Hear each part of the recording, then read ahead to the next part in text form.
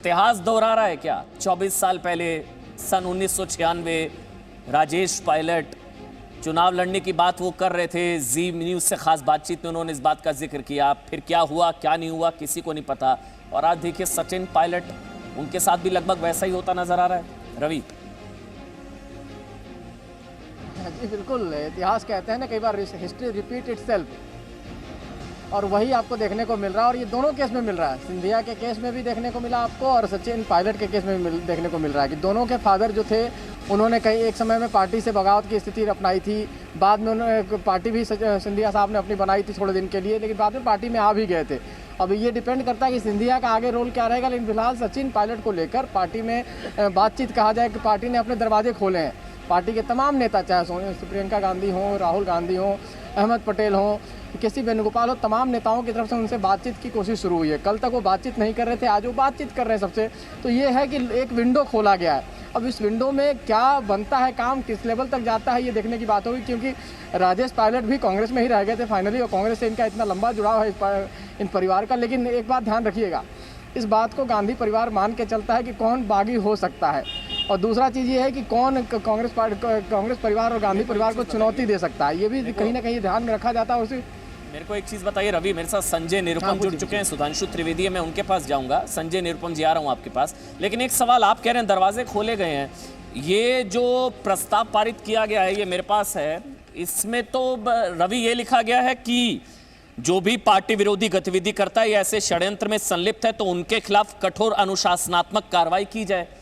ये तो बिना नाम लिए मेरे ख्याल से सचिन पायलट का ही इशारों में यहाँ पर बताया गया है। नंबर एक, मतलब एक तो सचिन पायलट पर बिना नाम लिए अनुशासनात्मक कार्रवाई का जिक्र इसमें प्रस्ताव जो पारित है, इशारा उन्हीं की तरफ है संभवतः कि जो भी पार्टी विरोधी गतिविधि करता है ऐसे षड्यंत्र में संलिप्त है उनके खिलाफ कार्रवाई हो।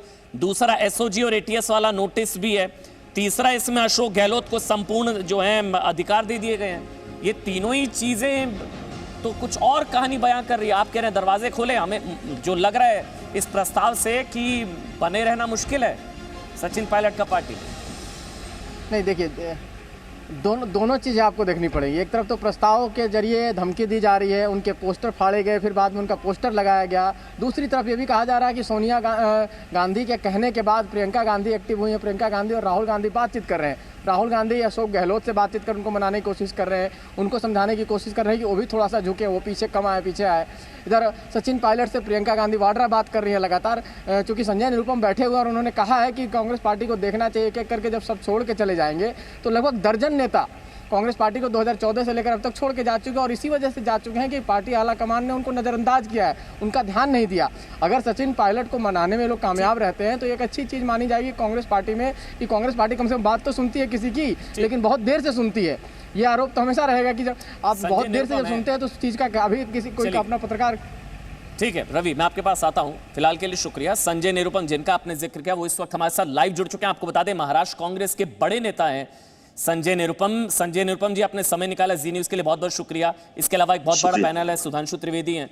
संजय निरुपम जी, आपका ट्वीट मैं पढ़ देता हूं। आपने बोला कि सब चले गए तो कौन बचेगा।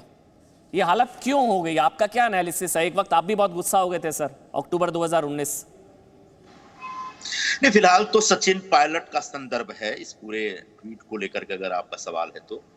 सचिन पायलट 2 दिनों से परेशान हैं, बल्कि कह सकता हूं मैं कि पिछले जब से सरकार बनी है तब से एक ऐसा सुनने में आ रहा है कि अशोक गहलोत जी और सचिन पायलट के बीच एक खींचतान चलती रहती है, और ये सब खींचतान होती रहती है। हर संगठन में इस प्रकार के मतभेद होते हैं, नेताओं के बीच एक टकराव होता है, और ऐसे में निश्चित तौर पर जो पार्टी का नेतृत्व होता है या पार्टी चलाने वाले जो लोग होते हैं, बड़े नेता होते हैं, उनकी जवाबदारी बनती है कि इस पूरे प्रकरण में दखलंदाजी की जाए, उसमें इंटरवीन की जाए, और जो मतभेद हैं, जो विवाद हैं, उनको हल किया जाए, क्योंकि कोई भी समस्या हो, कोई भी विवाद हो, उसको बातचीत के जरिए ही हल कर सकते हैं। तो मुझे सुबह किसी ने बताया कि शायद जयपुर में जो नेतृत्व बैठा हुआ है उसमें कुछ लोगों की ऐसी राय है कि अगर चले जाते हैं, सचिन चला जाता है तो जाने दो, छोड़ दो उसको। ये एटीट्यूड, तब मैंने वो ट्वीट किया कि ये एटीट्यूड गलत है, इस तरह की सोच नहीं रखनी चाहिए। अगर एक एक करके हम सबको बोलेंगे कि अच्छा वो नाराज हो गया है, जाना चाह रहा है, जाने दो। अच्छा वो नाराज है, इसका मतलब बीजेपी के इशारे पे काम कर रहा है, वो जाना चाह रहा है, जाने दो। ऐसे नहीं होता, ऐसे संगठन नहीं चलता। संगठन में अगर कोई नाराज है तो उसको लेकर के बैठ के समझा करके पार्टी को संभालना चाहिए, क्योंकि आज वैसे भी कांग्रेस पार्टी के दिन अच्छे नहीं है, बहुत खराब परिस्थिति में हम लोग, और ऐसे में अगर यूं ही एक एक को हम छोड़ देंगे जाने के लिए, तो मैंने सवाल खड़ा किया कि फिर बचेगा कौन। मतलब आपके हिसाब से पार्टी में कुछ लोग हैं जो नहीं चाहते हैं कि सचिन पायलट पार्टी में रहें? मतलब ऐसा देखिए जब राजनीतिक जो विमर्श होता है उसमें बहुत सारी बातें आती हैं, सारी बातें सही हो और सारी बातें तथ्यात्मक हो ऐसा नहीं होता, लेकिन सुबह सुबह जो ऐसी बातें मेरे पास आई वो निश्चित तौर पर परेशान करने वाली बातें हैं। वरना क्या कारण है कि लगभग 48 घंटे से सचिन वहां पर दिल्ली में है और चर्चा जयपुर में हो रही है? मतलब क्या, आप दिल्ली में जब आए हुए हैं सचिन पायलट तो उसके साथ बैठ के चर्चा करके और सारे विवादों को खत्म करना। जो विवाद क्या है, मुख्यमंत्री उनको बनना था, सरकार बनने से पहले एक लंबा खींचतान था और तब जाकर ये तय हुआ और सही फैसला था वो कि जो अशोक गहलोत जी एक सीनियर व्यक्ति है उनको चीफ मिनिस्टर रहने दीजिए और आप डिप्टी चीफ मिनिस्टर। अब दोनों मुख्यमंत्री और उप मुख्यमंत्री के बीच कामकाज एक बेहतर ढंग से चले। अच्छा, अशोक गहलोत ने आरोप क्या लगाया, मैं एक बार वो सुना देता हूं, फिर मैं आपके पास आता हूं। संजय निरुपम जी अगला सवाल लेकर। अशोक गहलोत का दरअसल बीजेपी पर आरोप है, वो मैं आपसे पूछूंगा कि बीजेपी क्या अस्थिर करने की कोशिश कर रही है, सरकार को अस्थिर करने का प्रयास कर रही है बीजेपी, विधायकों की खरीद फरोख्त करना चाहती है भारतीय जनता पार्टी, प्रजातंत्र की हत्या करने की कोशिश कर रही है भारतीय जनता पार्टी, भ्रष्ट तरीके से राज्य सरकार को अस्थिर करने का षड्यंत्र है। ये अशोक गहलोत की तरफ से बीजेपी पर आरोप लगाया जा रहा है। संजय निरुपम जी, ये घर का झगड़ा है, बीजेपी कहां से आ गई बीच में? देखिए क्या होता है, जब घर में झगड़ा होता है ना तो जो बाहर वाला उसका नाजायज फायदा उठाना चाहता है। तो मुख्य तौर पर जिसको हम कहते हैं कि प्राइमरीली अगर है तो यह निश्चित तौर पर हमारा अंदरूनी विवाद है। लेकिन जब अंदरूनी विवाद होता है तो ऐसे विवादों का लाभ भारतीय जनता पार्टी बिल्कुल उठाएगी। अगर भारतीय जनता पार्टी के पास की जगह पे कांग्रेस पार्टी होती तो हम भी उठाते। तो हमें क्या करना चाहिए? सबसे पहले हमको अपना घर ठीक करना चाहिए। हमारे आपस के विवाद और टकराव और मतभेद वो दूर हो ताकि इसका नाजायज फायदा कोई और न करे।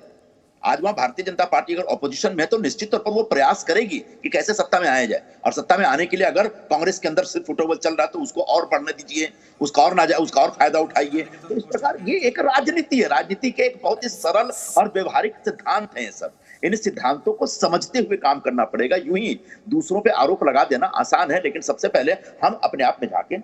संजय निरुपम, एक चीज बताइए, आप महाराष्ट्र कांग्रेस के बड़े नेता हैं, कांग्रेस के बड़े कद्दावर नेता हैं, आप इन एंड आउट सब जानते हैं, मुझे पता है। अब बताइए एक एक करके ऐसा हो क्यों रहा है, कहाँ चूक कहाँ है गलत? ज्योतिरादित्य सिंधिया, हेमंत बिस्व शर्मा, मेरे पास तो इतनी लंबी लिस्ट है sir, Ashok Tanwar, Scindia, Biswa Sharma, Pema Khandu, Biren Singh, Radhakrishna Vikhe Patil, Bhubaneswar Kalita, Jagdambika Pal, S N Krishna, Rita Bahuguna Joshi, 2014 से लिस्ट देखें, ये सब एक एक करके क्यों छोड़ रहे हैं पार्टी? कहाँ, मतलब क्या युवा टैलेंट की कदर नहीं है या क्या है? क्या सिर्फ परिवार की पूछ है, क्या है? क्या आप बता सकते हैं? आपने जितने नाम गिनाए ना, सब एक ही केस नहीं है, सबका केस एक ही नहीं है, सबके अलग अलग केस हैं और सब नौजवान है ऐसा भी नहीं। इसमें बहुत सारे बड़े बुजुर्ग भी मिलेंगे आपको। उसमें बहुत सारे लोग लालची थे, स्वार्थी थे, अवसरवादी थे, इसलिए वो चले गए। बहुत सारे ऐसे लोग हैं कि जिनको कांग्रेस पार्टी से कोई तकलीफ नहीं, कांग्रेस ने कोई तकलीफ नहीं थी, फिर भी एक बेहतर अवसर की तलाश में कहीं और चले गए। तो इसलिए सारे केसेस को एक साथ मत करिए। एकदम जो ताजा प्रकरण है वो मध्य प्रदेश था और मध्य प्रदेश के बाद यहाँ पर राजस्थान आया। मध्य प्रदेश में भी सिंधिया और वहां के जो दिग्विजय बाबू और कमलनाथ जी हैं उनके बीच एक टसल चल रहा था। इस टसल को दूर किया जा सकता था, इस मतभेद को दूर किया जा सकता था समय रहते। शायद हम नहीं कर पाए, जिसका नतीजा ये हुआ कि मध्य प्रदेश में चुनी हुई सरकार आपके हाथ से चली गई। बिल्कुल उसी का एक जो कह सकते हैं रिपीटिशन हो रहा है यहाँ पर इस समय राजस्थान में होता हुआ दिख रहा था। एटलीस्ट सुबह तक तो दिख रहा था कि सेम चीज रिपीट होने जा रही है। तब मुझे लगता है कि पार्टी में जो भी एक कांग्रेस पार्टी में रह करके कांग्रेस पार्टी का भला सोचने वाले लोग हैं वो सभी भी एकदम निस्वार्थ भाव से, निरपेक्ष भाव से यही राय रखेंगे कि जितना जल्दी हो सचिन पायलट को लेकर बैठा जाए और गहलोत साहब के साथ जो भी उनके विवाद है, मतभेद है, उसको दूर किया जाए ताकि राजस्थान में आपकी सरकार बचे। और सरकार बचने से ज्यादा जरूरी है कि पार्टी बचे। सरकारें तो आती जाती रहती हैं, लेकिन पार्टी जो एक खतरनाक दौर से गुजर रही है, एक बहुत ही कमजोर और नाजुक दौर से गुजर रही है, उससे कैसे निकल करके एक मजबूती के साथ फिर से खड़े हों, इसके लिए बहुत आवश्यक है कि नेताओं के बीच जो मतभेद, खासकर राज्यों में जो अलग अलग नेतृत्व में जो मतभेद है, उन मतभेदों को दूर करने की दिशा में हाईकमान की तरफ से, पार्टी का जो शीर्ष नेतृत्व है उसकी तरफ से एक पूरा प्रयास होना चाहिए, गंभीर प्रयास होना चाहिए और कहीं ना कहीं उस मतभेद को दूर करने में कामयाबी हासिल करना चाहिए, तब जाकर ठीक रहेगा। आपको लगता है मना लिया जाएगा सचिन पायलट को, क्योंकि नोटिस भी दे दिया गया, एटीएस और एसओजी का नोटिस उनको दे दिया गया, सिडिशन नोटिस है ये, और इसके अलावा जो प्रस्ताव पारित किया गया वो भी मेरे पास है, इसमें भी लिखा गया है कि अनुशासनात्मक कार्रवाई की जाए, षड्यंत्र में जो भी संलिप्त हो, पार्टी विरोधी गतिविधि करता हो। 30 विधायकों के समर्थन का दावा सचिन पायलट कर रहे हैं। आपको नहीं लगता इट हैज गॉन टू फार, मतलब बात बहुत आगे बढ़ चुकी है, अब उनका वापस आना, पार्टी में बने रहना, क्या लगता है आपको? देखिए, अगर कोई भी व्यक्ति पार्टी विरोधी एक्टिविटी करता है तो निश्चित तौर पर पार्टी को यह हक है, पार्टी के नेतृत्व को यह अधिकार है कि उसके खिलाफ कार्रवाई करे। लेकिन कार्रवाई करने से पहले पार्टी को यह भी सोचना पड़ेगा कि कोई भी व्यक्ति उस हद तक क्यों गया, आखिर वो नौबत क्यों आई, तो क्यों नहीं वो नौबत आए इससे पहले ही कुछ ना कुछ कदम उठाया जाए। तो अगर सचिन पायलट के खिलाफ पार्टी अनुशासनात्मक कार्रवाई करना चाहती है, बिल्कुल कर सकती है, लेकिन सचिन पायलट के खिलाफ कार्रवाई करके पार्टी को मिलेगा क्या? आज पार्टी जिस दौर में, उस दौर में बहुत आवश्यक है कि सबको एक साथ लेकर के चला जाए, और इसके लिए कई बार हम अपने अपने अपने अपने थोड़े से जो हमारा ईगो है, या जो एक जो पुराने सिद्धांत हैं, उनको थोड़ा सा किनारे रख दिया जाए और मिलजुल करके कैसे काम किया जाए, ये होना चाहिए। जहां तक एसओजी और पुलिस वाली बात है, मुझे भी बहुत अटपटा सा लगा।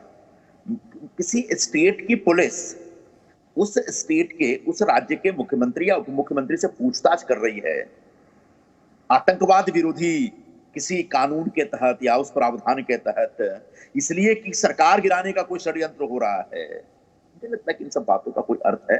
इन सब बातों का अर्थ पार्टी के फोरम में बेहतर तरीके से बनता है। जो बड़े नेतृत्व के लोग हैं, वो लोग अच्छे ढंग से ऐसे व्यक्तियों के साथ चर्चा करके ऐसे विवादों को एक आखिरी सवाल फिर सुधांशु त्रिवेदी में, एक बहुत बड़ा पैनल मेरे साथ है, एक आखिरी सवाल ताल ठोक के पूछ रहा हूं सर, आपको लगता है कि परिवार के बाहर के नेताओं की पूछ कम है कांग्रेस पार्टी में? एक गांधी परिवार से बाहर के नेताओं की पूछ पार्टी में कम है, आपको लगता है? मुझे नहीं लगता कि ये आरोप सही है। मुझे लगता है ये बात सही नहीं है। बड़ी बात ये है कि आज जो संगठन चलाने वाले लोग हैं, जो अलग अलग राज्यों के प्रभारी या जिनकी जवाबदारी दी गई है, जिन लोगों को जवाबदारी दी गई है, उनको जिस तरीके से स्मूथली एक आपसी विवादों, मतभेदों को दूर करके संगठन को चलाना चाहिए, संगठन को मजबूत करने की दिशा में काम करना चाहिए, शायद उस प्रक्रिया में कमी है, शायद उस तरह की भूमिका वो नहीं निभा पा रहे हैं। उसकी वजह से लोग कसमसा रहे हैं, लोग अंदर अंदर घुट रहे हैं, और इसलिए बिखराव आपको राज्यों में दिख रहा है। आप तो नहीं कसमसा रहे सर, आप तो नहीं घुट रहे, आपका सॉल्व हो गया? आपका भी बहुत इश्यू हो गया था सर अक्टूबर में। वो जब मेरा विषय आएगा तब हम आपसे चर्चा करेंगे। मतलब आप डिनाई नहीं कर रहे हैं, आप भी कसमसाए? नहीं, जैसे एक उदाहरण देता हूं आपको, पंजाब में, ठीक है, कैप्टन साहब एक कामयाब व्यक्ति हैं, उनको सब हम सलाम करते हैं, प्रणाम करते हैं, लेकिन वही तो सिद्धू भी है, और सिद्धू, नवजोत सिंह सिद्धू कोई गांधी परिवार के खिलाफ तो नहीं है, और गांधी परिवार भी उनके खिलाफ नहीं है। तो फिर उस विवाद को क्यों नहीं खत्म किया जा रहा है, ताकि सिद्धू भी सक्रिय हो, सिद्धू भी काम करे? तो इन विवादों को यूं ही पनपने क्यों दिया जा रहा है, ये मेरा सवाल है। और इन विवादों को समय रहते खत्म करने का प्रयास होना चाहिए संगठन के स्तर पर।